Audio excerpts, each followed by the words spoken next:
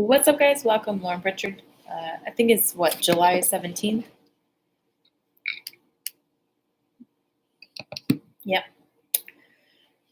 So I was saying how there's a lot of really auspicious dates around this time. I've been keeping a list. Well, maybe you already know, because I don't want to go into all the details, but I'm keeping a list of all the events of this week that are very auspicious, and it's no wonder that the assassination attempt happened, and people are saying this is, like, in astrology, this is the most violent time of year. The most violent time of year. Violence. I'm reminded that the Romanov attempted assassination, it's still a mystery as to what actually happened, is today. So I wanted to quickly share a little recap about that, explain how history repeats itself. So I got this book, The Light for the New Millennium. It's a gentleman, Helmuth Von Moltke, with Rudolf Steiner. Rudolf Steiner was the mystic of his day. This book is out of print, but you can still buy it at a premium. Thanks, Dwayne, for gifting this to me when I didn't have any money. I wanted this book really badly. I was guided to get this book, and I didn't have the money for it. And then Dwayne, a longtime friend of the channel, sent me the money. He was like, "Get that book, dude. Get that book." So I'm glad I did, because it's a beautiful memoir of a man who was tasked with the agenda to end, like, people long forget, or they don't know, that there are wars in the world, and the wars are worldly, like, they're very worldly. But there's another military that is bigger than NATO, right? Bigger than the world affairs, that concerns itself with the affairs of the world. People they wouldn't know it because I don't think we had the internet, but they existed. And this man was longtime, family member of the people who their job was to intervene with the wars of the world as a means to try and mitigate the damage.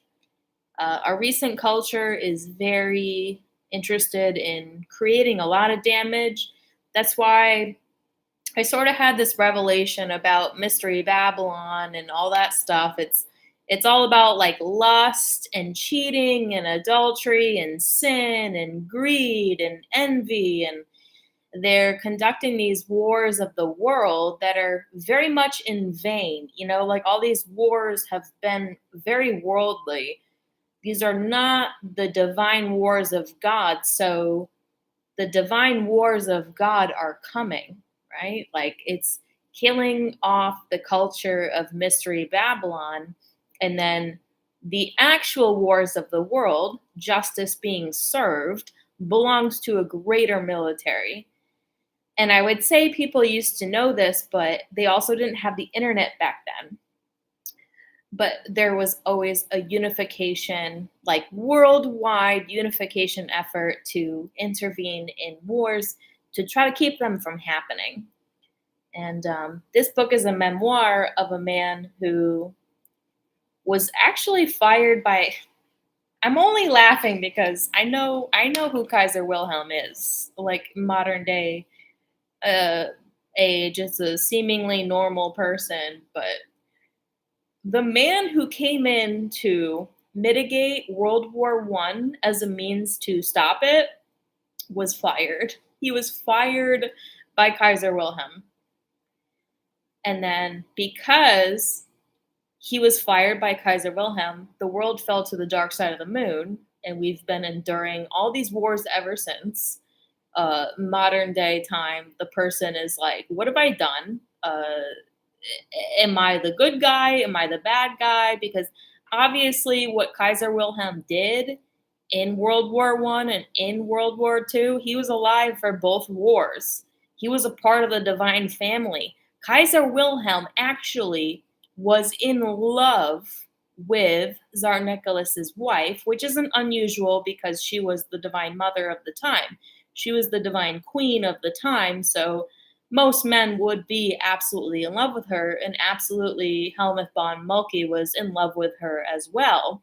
Everybody was in love with her who subscribed to the culture of the mother and not that of Mystery Babylon. The world fell to the dark side of the moon when that family was, quote unquote, assassinated. So history repeats itself. These people never went anywhere, you know? Like they just work behind the scenes. They just like help because eventually, the way nature would have it, they're going to reincarnate and they're going to do the same things they've always done. They're going to recollect the pieces. You can go back to like ancient Egypt, even with like Isis and Osiris. Isis went out and collected all the pieces of Osiris as a means to put him back together. This is like the resurrection power of love. We're going to put all these pieces back together. But this last century, people long forgot that this was even a thing. So I want to show you that there is a silent majority that is way more powerful than the loud minority. This book is a beautiful memoir depicting a person who wanted to help, who continues to help, but in the worldly sense was excommunicated from helping. Nowadays, we'll just go behind the scenes, right? Like we'll just go underground. We'll just do things silently, privately. We'll just do it all. And it's a worldwide effort. So when justice comes to America, the corporation, a lot of people will say this is evil, but a lot of us, like myself and like you, we're going to say this is a beautiful redemption of divine rule. You know, the best Christians will say, I do not support politics or government, but a monarchy, a worldwide monarchy of Jesus Christ. That's the way things should have always been, and it's not the case right now, but becoming the case. It is the case right now. The physical reality is not quite reflecting it because the sky, quote unquote, hasn't fallen yet, but it will. It absolutely will. Because these people never went anywhere. They only just work behind the scenes. So, you know, history repeats itself. There's still the spirit of this man, Helmuth Von Moltke, who is working behind the scenes to help the Romanov family. Just because he was fired by Kaiser Wilhelm doesn't mean he ever stopped doing what he was tasked to do, to redeem the royal family. I think that things had gotten so dark in the world that they turned to Rasputin. It's no criticism to Rasputin, but they, at the time, were like, we need a warlock. We need a really big warlock to help us. So at the time, they were like, this is our best option. Simultaneously, Helmuth Von Moltke is being fired by Kaiser Wilhelm. How did he have the authority to do that? Because the world had fallen to the dark side of the moon. So the authority in the physical sense was sort of shifted, but these people never went anywhere. They only ever continued to help the efforts that started in World War I. It never actually ended, you know. World War I never actually ended. So I seem like a normal person, just a normal person, but I'm not, because I'm the result of the redemption of World War I. The genocide never ended. All these people ever tried to do is intervene in the personal affairs of your life. Genocide, right? They killed all the Romanov family, so they think. So they think. They didn't. And then the offspring that of, but then they pop up again and again. That's why the devil hates you when you're born. If you are affiliated with anyone who was aligned with the royal family, the royal bloodline, blood prime, they've been after you since you were born. So they interfere with the interactions of your life. They try to, before you're saved, they try to like steer you and handle you to adapt to their culture, to adopt to their culture. But then when you wake up and you're awake and aware and you're saved by Jesus Christ, you got the protection of the Lord. You're no longer so much a victim, but they still try. There's nothing illegal about creating a cult. This is the problem, but maybe the lines are starting to blur because you are actually starting to see people getting arrested. You know, John of God, there was this crazy influencer bitch who was grooming bitches and prostituting them out. Like, this is really the thing. I mean, it's so big and so bad. I think they need to crash the internet altogether as a means to get rid of the culture. But in the meantime, and also at the same time, it's finding crimes to associate with cults who are still operating in genocide. They're still, but the way they do it now is they interfere with your life so much that, you know, you can't, maybe you're censored, or maybe you're persecuted, or, you know, your personal relationships are interfered with. That is not to fear, because God's greater than all that stuff. And they've been doing it for a long time. You probably follow me because you relate to what I'm saying. They've been doing this stuff, but God's will be done. You know, this world has gotten so dark. Frankly, it's not even safe for our kids to be here. But at some point, the sky will fall, in a sense. Judgment will come to those people, and then everything will change. You know, everything will flourish. Everything will build back up again. So I wasn't surprised to find out. I don't remember the date of the Romanov quote unquote assassination because I don't want to attach myself to the traumas that I've endured. So it's not high on my radar, but it was no wonder to find out that the Romanov assassination was actually today. And, you know, I'm not going to sit and cry about it, but I'm going to tell you that God's will be done. These people will be redeemed. These people never went anywhere. You know, they might have been suppressed for a short amount of time, in a sense, in one sense, but in another sense, they've only been building back the means to redeem the royal family. You're not waiting for Donald Trump to be president. You're waiting for a monarchy. You're waiting for the table God sent for his son, Jesus Christ.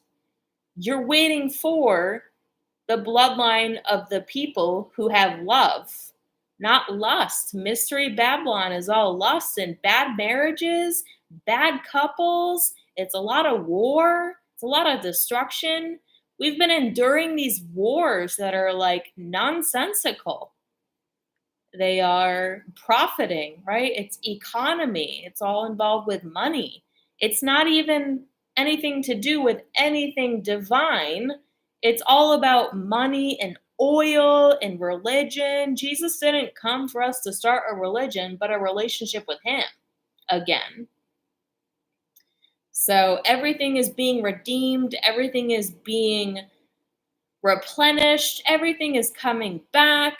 You know, I could just like sit and wallow. In previous years, I would actually get very upset. But nowadays, I know better. I do not sit and wallow in depression and sadness of what happened in World War I just simply choose to trust in God and to rise above anyone who wants to fight with me. It's like, why would I fight with a crazy person? First of all, I don't want to hurt your feelings if you're a crazy person.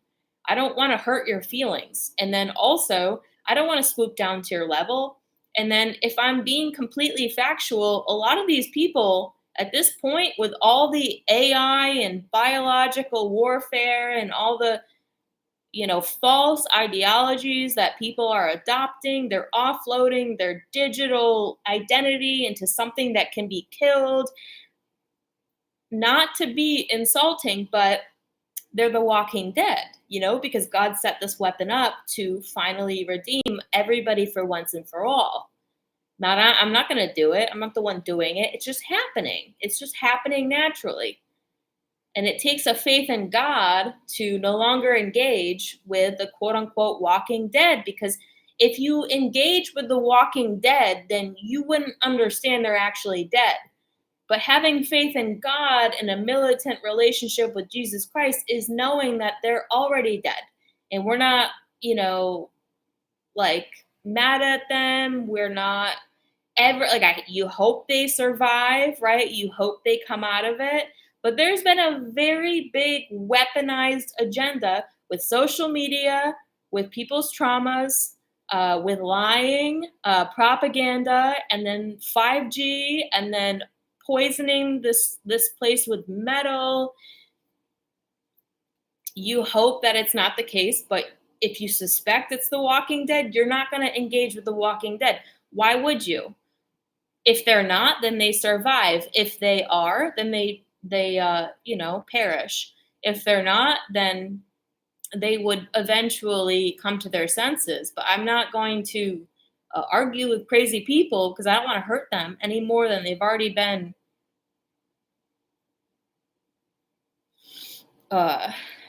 targeted. Like the script changes.